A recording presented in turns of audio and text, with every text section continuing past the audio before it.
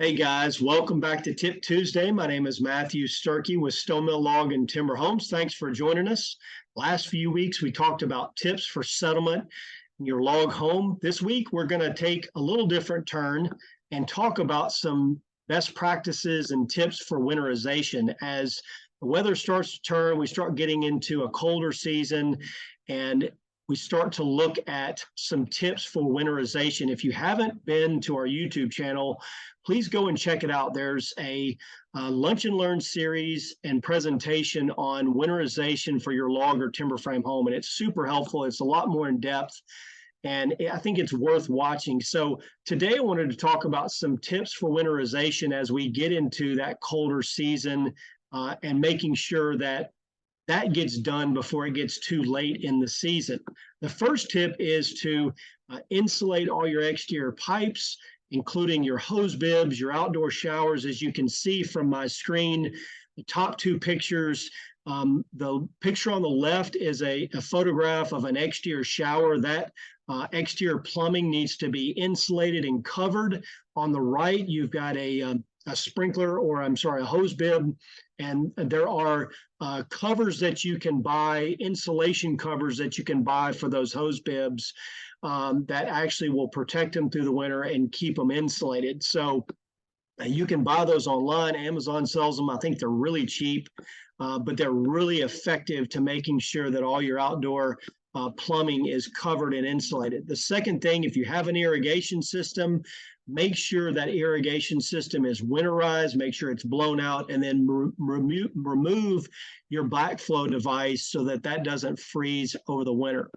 The third tip is going to be to check all your weather stripping around your windows and doors. As you can see from the images at the bottom of the screen, you want to make sure that your door sweeps are all intact, your weather stripping around your windows and doors is all intact to prevent air loss and heat loss through your windows and doors, and especially below your door sills, making sure that the weather stripping and the door sweeps are intact so that hot air doesn't escape from the house. As we start to get into the colder months, make sure somebody comes in and checks your heating system, changing all your filters to make sure that your heating system is running properly.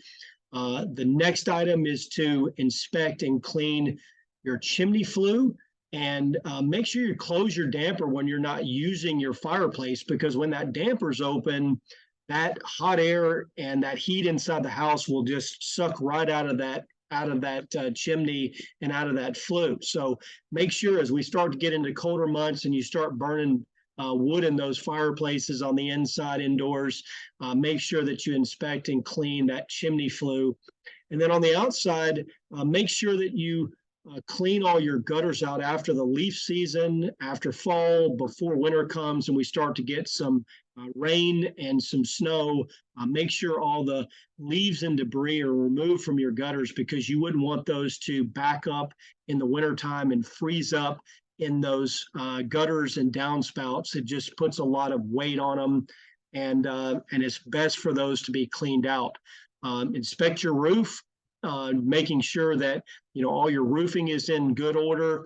And then last but not least, as we start to get into the colder months and you're burning fires, make sure your smoke and carbon monoxide detectors are operating correctly. The batteries are replaced and they're tested. So make sure that is in place. That's a really important safety device that can protect you in the wintertime if something bad were to happen. So hopefully these tips have been helpful. Again, if you haven't already, please go to our YouTube channel and check out our lunch and learns on maintenance and winterization. There's some really important and helpful tips in there, and feel free to call us if you have questions about any of those. And hopefully today's been helpful. We'll pick back up next week for Tip Tuesday. Until then, stay safe and healthy. Thanks for joining us, and we look forward to seeing you next week. Take care.